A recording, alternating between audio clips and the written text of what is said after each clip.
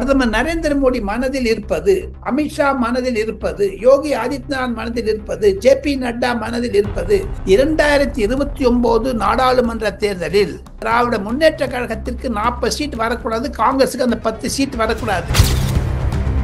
முன்ன இருந்த ஒரு நிலைமை திமுகவே தன்னுடைய நிலைமையை மாத்திட்டு இருக்காங்க. சாஃப்ட் இன்டிட்டுவாக வந்துட்டாங்க பாருங்க. எப்பவுமே ஒன்னே சொல்றேன் சிவா, பேசிக் பாலிசி உங்களுடைய ஒரு கொள்கையிலிருந்து மாறுபட்டால், திராவிடன் கொள்கை, திராவிட மாடல் கொள்கையிலிருந்து மாறுபட்டுட்டு இந்துத்வான் போனீங்க பாருங்க, பொதுமக்கள் உங்களை இறங்கிட்டாங்க. ஆபரேஷன் சிந்தூருக்கு அப்புறங்க அந்த கண்ட்ரி டர்க்கி பக்கத்தை இருந்து பாருங்க, அவங்க வந்து பாகிஸ்தான் சப்போர்ட் பண்ண, அதுக்காக தான் இவர் போய் அங்க இது பண்ணி விடுறாரு. அதை தவிர இப்ப பாருங்க, அடுத்த EU கவுன்சில் 2026 சைப்ரஸ் தான் அங்க மீட்டிங்ல வரப்போகுது. இதெல்லாம் ஒரு அயல்நாடு பிரச்சனைங்க, அதை நன்றா செய்யறாரு. ஏர் இந்தியாவினுடைய கிராஷுக்கு அப்புறம் ஒரு மாபெரும் சோதனைக்கு இருக்கக்கூடிய மத்திய அரசாங்கம் மிகவும் இன்னலில் இருக்கிறார் நரேந்திர மோடி. ஆபரேஷன் சிந்தூருக்கு அப்புறம் ஏர் இந்தியா கிராஷ் வந்துடுச்சுங்க. அதில் பார்த்து ஃபாரின் போயிடுறாருன்னா அவருடைய எண்ணங்கள் முழுவதும் இந்தியா மீது தான் இருக்கும், பாஜக மீது தான் இருக்கு. பாருங்க, வளர்ந்த கட்சி, 50 ஆண்டுகள் இந்திய அரசியலில் 3 முறை வளர்ந்த கட்சி, அதெல்லாம் பிரச்சனைலாம் வச்சுட்டு அவர் போயிருக்காருன்னா ஒரு மன குடைச்சல் இடையே தான். எப்படி மு.க. ஸ்டாலினுக்கு மன குடைச்சல் என்று நாம் வர்ணித்தோமோ அதை விட டபுள் மடங்கு இருக்குதுங்க ஸ்டாலின் ஐயா மோடிக்கு. அதையெல்லாம் மறந்து சைப்ரஸ், கனடா அண்ட் கொரேஷியா போறாங்க. 3C என்று சொல்லுகிறார்கள்.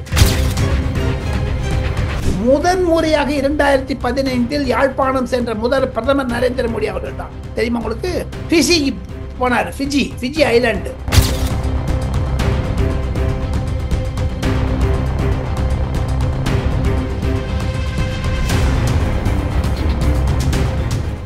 ரியல் ஒன் நண்பர்கள், உறவுகள் அனைவருக்கும் வணக்கம். பல்வேறு முக்கியமான தகவல்களை, கருத்துக்களை நம்முடைய உறவுகளுடன் பகிர்ந்து கொள்ள இணைந்திருப்பவர் மூத்த பத்திரிகையாளர் டெல்லி ராஜகோபாலன் சார் அவர்கள். வணக்கம் சார். நமஸ்காரம் சார், பாரத பிரதமர் மோடி அவர்கள் 5 நாள் பயணமாக சென்றிருக்காங்க, வெளிநாட்டுக்கு சுற்றுப்பயணம் சென்றிருக்காங்க. முதல்ல செல்லக்கூடிய நாடு சைப்ரஸ் நாட்டுக்கு போறாங்க. அதன் பிறகு G7 உச்சி மாநாட்டுல கனடாவில் கலந்துக்கிறாங்க. மோடி அவர்களுடைய இந்த 5 நாள் வெளிநாட்டு பயணம் பின்னணி என்ன சார்? பின்னணி என்னை பொறுத்த மட்டும் சைப்ரஸில் இருக்கக்கூடிய நிலைமைகள் எல்லாம் பார்த்தால் கண்டிப்பாக அந்த இருக்கக்கூடிய ஜனாதிபதி வெளிநாட்டிலிருந்து வந்து அவருக்கு மாபெரும் ஒரு மரியாதை கொடுத்திருக்கிறார்கள்.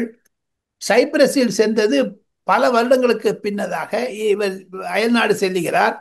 ஏன் வந்து பண்ணாச்சுன்னு, ஆபரேஷன் சிந்தூருக்கு அப்புறங்க அந்த கண்ட்ரி டர்க்கி பக்கத்தை இருந்து பாருங்க, அவங்க வந்து பாகிஸ்தான் சப்போர்ட் பண்ண, அதுக்காக தான் இவர் போய் அங்க இது பண்ணி விடுறாரு. அதை தவிர இப்ப பாருங்க, அடுத்த EU கவுன்சில் 2026 சைப்ரஸ் தான் அங்க மீட்டிங்ல வரப்போகுது. இதெல்லாம் ஒரு அயல்நாடு பிரச்சனைங்க, அதை நன்றா செய்யறாரு. 2002ல 23 வருடம் கழித்து இந்த சைப்ரஸுக்கு அடல் பிகாரி வாஜ்பாய்க்கு அடுத்தது நரேந்திர மோடி தான் போறாரு. அதனால தான் சைப்ரஸை தேர்ந்தெடுத்திருக்காங்க சார். ஒண்ணு. ரெண்டாவது, எனக்கு பொறுத்த மட்டும் ஒரு அயல்நாடு பிரயாணம் என்றால் அதற்கு என்னென்ன செய்ய வேண்டும், எது செய்யக்கூடாது என்ற வரமுறை திட்டங்கள் இருக்கின்றன சிவா. அதை பற்றித்தான் செய்கிறார். ஆபரேஷன் சிந்தூரில் சப்போர்ட் பண்ணதற்கு, பாகிஸ்தானுக்கு எதிராக இருந்ததற்கு மற்றற்ற மகிழ்ச்சியை தெரிவிப்பதற்காகத்தான் இந்த விஜயம். இதில் இந்தியாவில் இருக்கக்கூடிய அரசியல் பிரச்சனைகள் எல்லாம் விட்டுவிட்டு ஏர் இந்தியாவினுடைய கிராஷுக்கு அப்புறம் ஒரு மாபெரும் சோதனைக்கு இருக்கக்கூடிய மத்திய அரசாங்கம் மிகவும் இன்னலில் இருக்கிறார் நரேந்திர மோடி. ஆபரேஷன் சிந்தூருக்கு அப்புறம் ஏர் இந்தியா கிராஷ் வந்துடுச்சுங்க. அதுல பார்த்து ஃபாரின் போயிடுறாருன்னா அவருடைய எண்ணங்கள் முழுவதும் இந்தியா மீது தான் இருக்கும், பாஜக மீது தான் இருக்கு. பாருங்க, பாஜக இது வரைக்கும் அவங்களால தேசிய தலைவரை தேர்ந்தெடுக்க முடியாத நிலைமையில் இருக்கிறார்கள்.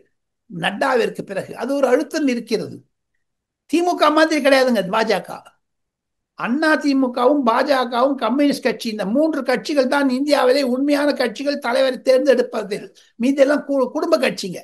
நாளைக்கு உதயநிதி வச்சுட்டு போயிடுவார் அவர் பாட்டு. ஆனா அண்ணன் பாருங்க, நட்டாக்கு அப்புறம் ராஜ்நாத் சிங் வரப்போறாரா, பூபேந்திர யாதவ் வரப்போறாரா, இல்ல வேற ஏதாவது பொம்பளையை போடலாமா, கிருஷ்ணன் ரெட்டி வரப்போறாரா, பிரகலாத் ஜோஷியை போடலாமா, யாரை போடலாம் யோசிச்சு, கேசவ் பிரசாத் மௌரியாங்கன்னு போட்டுக்கலாமா, இதெல்லாம் யோசிக்கிறாங்க. அது ஒரு வளர்ந்த கட்சி, 50 ஆண்டுகள் இந்திய அரசியலில் 3 முறை வளர்ந்த கட்சி. அதெல்லாம் பிரச்சனைலாம் வச்சுட்டு அவர் போயிருக்காருன்னா ஒரு மனக்குடைச்சல் இடையே தான். எப்படி மு.க. ஸ்டாலினுக்கு மனக்குடைச்சல் என்று நாம் வர்ணித்தோமோ அதை விட டபுள் மடங்கு இருக்குதுங்க ஸ்டாலின் இது ஐயா மோடிக்கு. அதையெல்லாம் மறந்து சைப்ரஸ், கனடா அண்ட் கொரேஷியா போறாங்க. 3C என்று சொல்லுகிறார்கள். இந்த கொரேஷியா என்ற நாட்டிற்கு நான் சென்றிருக்கிறேன். அப்துல் கலாம் அவர்களுடன் மிக மிக இலக்கையில் வாழ்ந்திருக்கிறது. அந்த நாட்டிலிருந்து ஒரு ஓட்டுக்குங்க யுனைடெட் நேஷன்ஸ் செக்யூரிட்டி கவுன்சில் ஒரு ஓட்டு வரும். அதுக்காக தான் போயிருக்காங்க. சார் இப்போ வந்து இஸ்ரேலுக்கும் ஈரானுக்கும் இடையில சண்டை நடந்துகிட்டு இருக்கு. இந்த சைப்ரஸ் நாடை பொறுத்த வரைக்கும் அந்த பகுதியில் இருக்கக்கூடிய ஒரு நாடு, அதாவது டர்க்கி, இஸ்ரேல், எகிப்து போன்ற நாடுகள் அருகில் இருக்கக்கூடிய நாடு. இப்படி இருக்கக்கூடிய சூழ்நிலையில மிசைல்ஸ் அட்டாக்குகள்ல ரெண்டு நாடுகளுமே ஈடுபட்டு இருக்காங்க. ரிஸ்க் எடுத்து பிரதமர் மோடி அவர்கள் செல்லக்கூடிய நிகழ்வை எப்படி சார் பாக்குறீங்க? துணிவு தேவை. மன்மோகன் சிங்குக்கு இல்லாதது, பி.வி. நரசிம்மராவுக்கும் தேவகவுடாவுக்கு இல்லாதது ஒரு துணிச்சல். ஃபிஜி போன்ற நாட்களுக்கு அவ்வளவு தூரம் எங்க சொல்றீங்க சிவா? நான் நரேந்திர மோடியை நன்றாக அறிந்து பழகியதனால், நேரடியாக தெரிந்து கொண்டதனால், அவருடைய அணுகுமுறை தெரிந்து கொண்டதனால் நீங்க சைப்ரஸுக்கு போறான்னு சொல்றீங்களே. முதன் முறையாக 2015 யாழ்ப்பாணம் சென்ற முதல் பிரதமர் நரேந்திர மோடி அவர்கள் தான். தெரியுமா உங்களுக்கு? ஃபிஜி போனார். Fiji island. அவங்க எங்கெங்க போக முடியும் அங்கெல்லாம் போய் போய் பார்க்கிறாரு. நிலைமையை மாற்ற பார்க்கிறார்.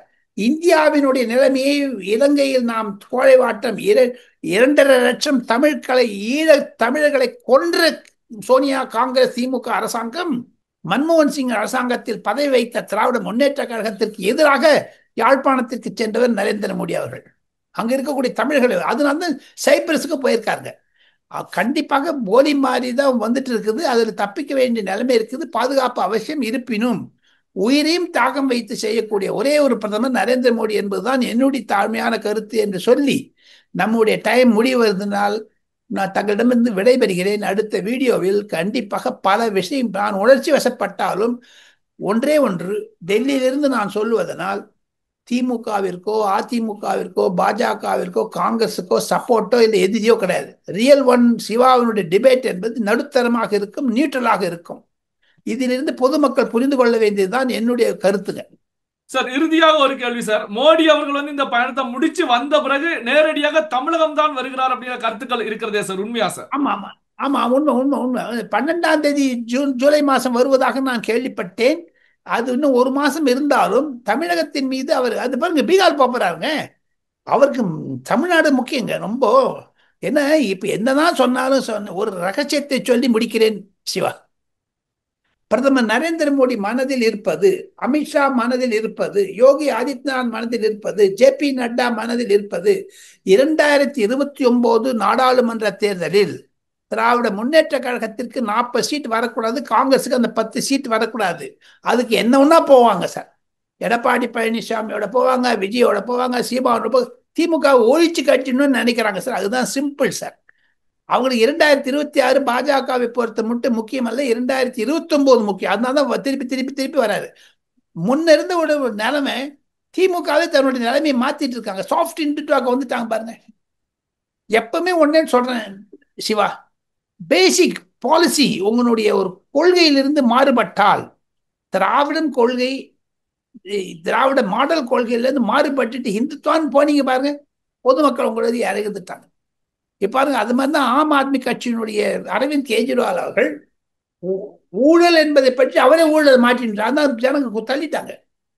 26 அந்த மாதிரி நிலைமை தான் வரும். அதற்காகத்தான் நரேந்திர மோடி மீண்டும் மீண்டும் தமிழகம் வருவார். பல்வேறு முக்கியமான தகவல்கள், செய்திகளை நம்முடைய உறவுகளுடன் பகிர்ந்து கொண்டதற்கு ரொம்ப நன்றி சார். தேங்க்யூ.